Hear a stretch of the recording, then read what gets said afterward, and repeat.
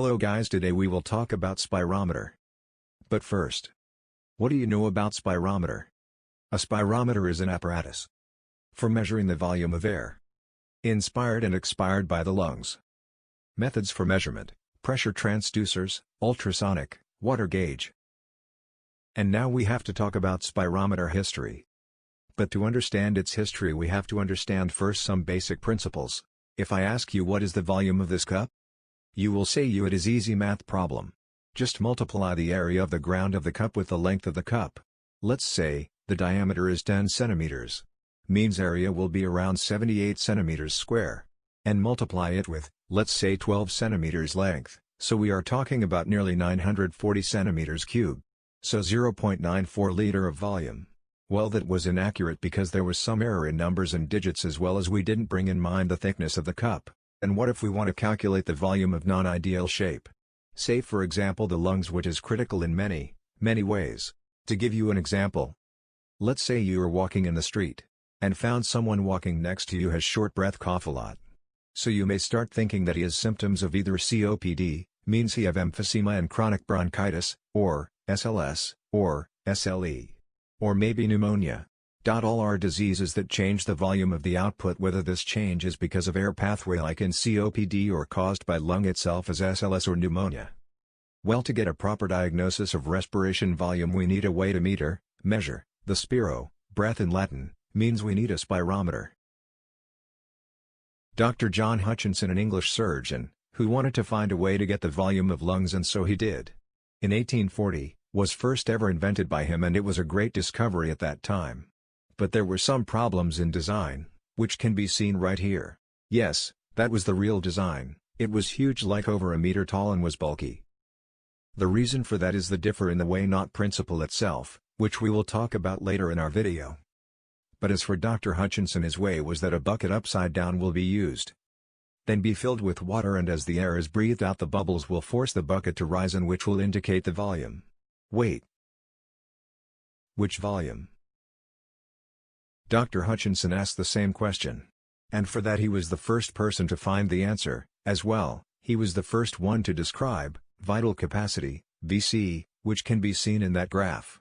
Vital capacity is what was breathed out after the IRV. And breathing out means it is the IRV plus ERV plus TV. So why is that special to give it a name as vital? Because it is vital, it is the mean indicator that is needed to say if that person is normal or not. How? To give a simplified example, Dr. Hutchinson introduced the graph of the spirometer. What we see is a clear normal way of respiration. What we see is the expiration of a complete normal person in 1 second. His lungs outed 4 of the 5 liters. It got from the IRV, and for the rest of the time it was used to make the last 1 liter. Keep in mind that we have 6 liters, not 5, but that one difference is for the RV. Do you want to see the abnormal case? Let's see. Yes, in 1 second he only was able to breath out only 1.8 liters out of 4, we normally exhale 80%, 4 out of 5. So in abnormal case it couldn't cover even 40% of the VC. Means this case may have COPD or cystic fibrosis or SLS or SLE. This was such a great discovery for Dr. Hutchinson. But sadly it wasn't for other doctors or scientific community. They denied his work. Till 1950, where Dr. Tiffano introduced the FEV1 term that was needed to decide the abnormality. But we faced another problem, which is size. Although the waterway was accurate in volume measure, it wasn't that accurate in the flow rate. Till Dr. Jones Medical S introduced the first waterless spirometer ever in 1960. And now you will ask, what's about the working principle? But first you have to know the spirometry procedure. You'll be seated in a chair in an exam room at your doctor's office. Then your doctor or a nurse places a clip on your nose to keep both nostrils closed. They also place a cup-like breathing mask around your mouth. Your doctor or nurse next instructs you to take a deep breath in, hold your breath for a few seconds, and then exhale as hard as you can into the breathing mask. You'll repeat this test at least 3 times to make sure that your results are consistent. The standard spirometer consists of a movable bell inverted over a chamber of water. To balance the bell jar we use a weight to maintain the gas inside the atmospheric pressure. The height of the bell jar above the water will be proportional to the amount of gas inside it. A breathing tube is connected to the mouth of the patient with the gas under the bell. When no one is breathing into the mouthpiece, The bell will be at rest with a fixed volume above the water level. When the patient expires, the pressure inside the bell increases above the atmospheric pressure, causing the bell to rise. Similarly, when the patient inspires, the pressure inside the bell decreases below the atmospheric pressure and the bell drops down.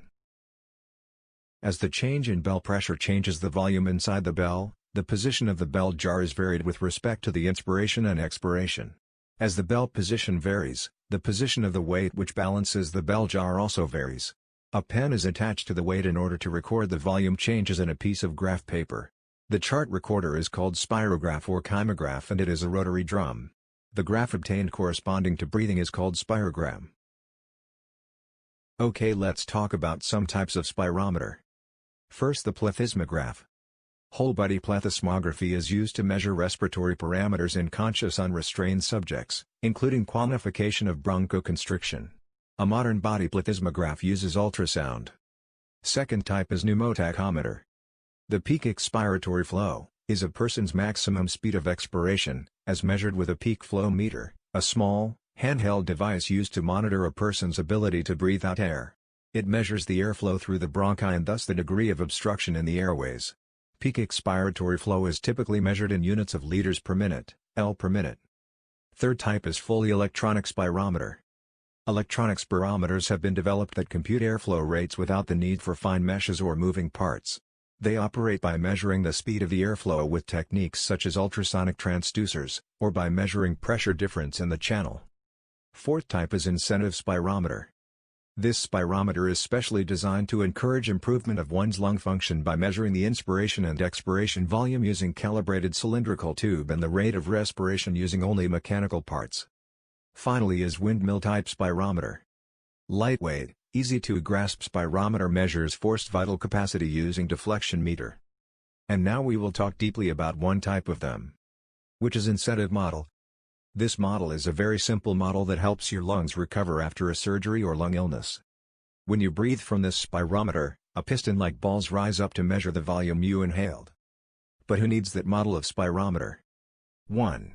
After surgery, incentive spirometers will keep your lung active during bed rest. 2. Pneumonia, they are commonly used to break up fluid from lung of patients with pneumonia. 3.